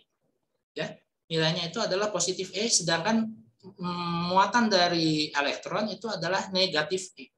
Di mana E itu adalah 1,6 kali 10 pangkat minus 19 Coulomb, di mana besaran ini didapat dari hasil percobaannya Cavendish kalau nggak salah ya, dari percobaannya Cavendish. Mohon koreksi nanti kalau misalnya saya ada salah. Nah, sehingga kalau misalnya nanti kita pelajari bahwa muatan listrik dari suatu kumpulan atom-atom atau berapa muatan listrik dari suatu partikel tertentu atau muatan listrik dari suatu kumpulan ion atau kumpulan molekul tertentu, maka nanti disebutkan bahwa Q atau charge atau electrical charge atau muatan listrik ya. Muatan listrik itu adalah sama dengan jumlah skalar atau jumlah bilangan bulat dari E. E itu adalah muatan elementer ya. Kalau E ini disebut sebagai muatan elementer yang menyatakan jumlah elektron atau proton yang berada dalam ini tersebut ya, dalam zat tersebut atau dalam objek tersebut, dikalikan dengan n. N itu adalah jumlah bilangan bulat. Jadi ada berapa jumlah partikel, ada berapa jumlah proton atau jumlah elektron yang terkandung di situ gitu. Jadi pernyataan bahwa Q itu 1 Coulomb itu artinya berasal dari N dikalikan dengan partikel elementer seperti itu. Jadi kayak gini. Kalau misalnya ini karena backgroundnya hitam, saya pakai Jerman hijau, kuning lah ya, atau putih.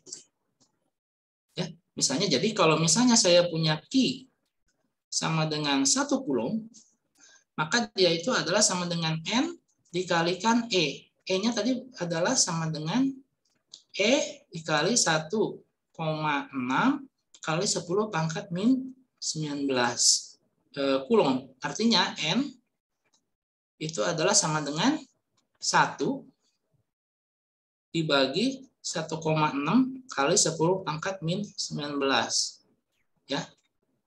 Berarti ini 10 pangkat 19 dibagi 1,6 gitu ya. Itu kan ya. Karena kalau 1 dibagi 10 pangkat min 19 kan berarti kan 10 pangkat min 19-nya naik ke atas, bisa juga seperti ini kan. Jadi untuk membentuk sebuah benda dengan muatan 1 Coulomb, saya harus punya elektron ya. Saya harus punya sebuah partikel elementer yang muatannya adalah sekian. dengan jumlahnya ya segini gitu. Jadi sangat banyak gitu ya. 10 pangkat 19 partikel ya. Itu lebih dari triliunan ya. Lebih dari triliunan partikel tapi lebih kecil daripada bilangan Avogadro. Kalau bilangan Avogadro kan 10 pangkat 23 ya atau 22 seperti itu. Nah, ini adalah cara untuk kita bisa tahu berapa sih muatan dari suatu partikel, dari suatu kumpulan partikel, dari suatu partikel atau dari suatu senyawa atau dari suatu kumpulan ion, dari molekul dan lain sebagainya seperti ini gitu. Nah, yang perlu diketahui bahwa charge itu quantized, artinya dia terkuantisasi, artinya n ini dia itu bilangan bulat ya. N ini bilangan bulat dan dia bisa positif negatif, karena kalau misalnya Q-nya itu banyak dari akumulasi elektron, maka dia negatif. Tapi kalau dia itu banyak dari akumulasi yang positif, maka dia positif seperti itu. Tapi N-nya ini adalah bilangan bulat, sedangkan E-nya itu ya ini 1,6 kali 10 pangkat min 19 ini. Jadi pada saat nanti kita lihat di elektrostatik ada Q yang negatif dan positif, itu menyatakan sebetulnya adalah akumulasi dari elektron dan anti elektron seperti itu. Oke, nah sebelum saya akhiri kuliah ini ada beberapa hukum yang terkait dengan ini, yang terkait dengan muatan listrik. Yang pertama itu adalah tadi bahwa electrical charge atau muatan listrik itu terkuantisasi, artinya jumlah dari partikel penyusunnya itu berupa bilangan bulat. Kemudian dia itu conserve atau dia itu kekal, artinya setelah dan sebelum reaksi total dari muatan itu harus sama ya. Jadi seperti ini contohnya, elektron ketemu dengan anti elektron ya. Ini akan menghasilkan sebuah reaksi yang totalnya ini justru 0 ya. Jadi ini di sebelum ini ada minus ditambah kemudian dengan plus gitu ya. Kalau ini totalnya berarti plus 1 dengan min 1, totalnya 0. Nah, berarti di sebelah ruas kanan juga dia harus 0. Artinya tidak ada kelebihan partikel setelah dan sebelum ada reaksi dan lain sebagainya. Kemudian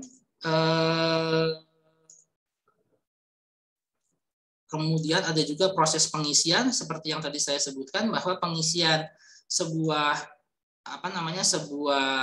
partikel atau sebuah objek itu bisa memiliki muatan positif atau negatif, itu ada berbagai macam.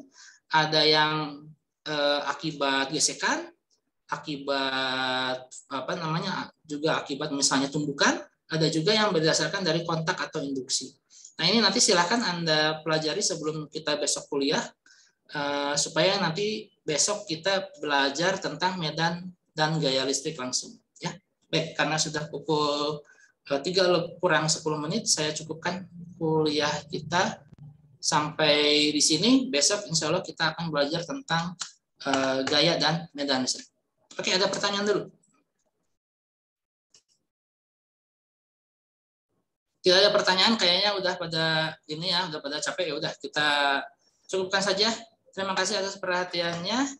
Kita lanjutkan besok mempelajari tentang gaya dan medan listrik. Oke, saya hentikan recordingnya.